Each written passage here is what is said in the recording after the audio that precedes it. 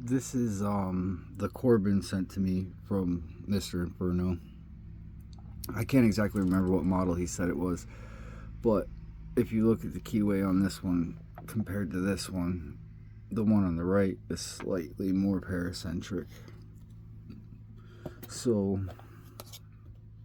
to try to get into this, I'm going to use my Lawlox tool pry bar in 47 thousandths and my Moki standard slim, and I'm using pretty decent tension on this.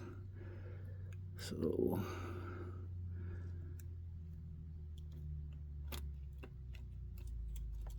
try to get one up there,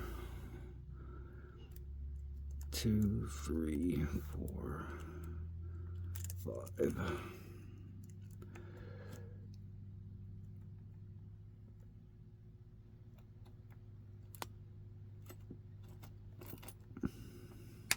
There's 1, 2, 3, 4, and 5. And 5 opens it up. That's the Corbin mortar cylinder.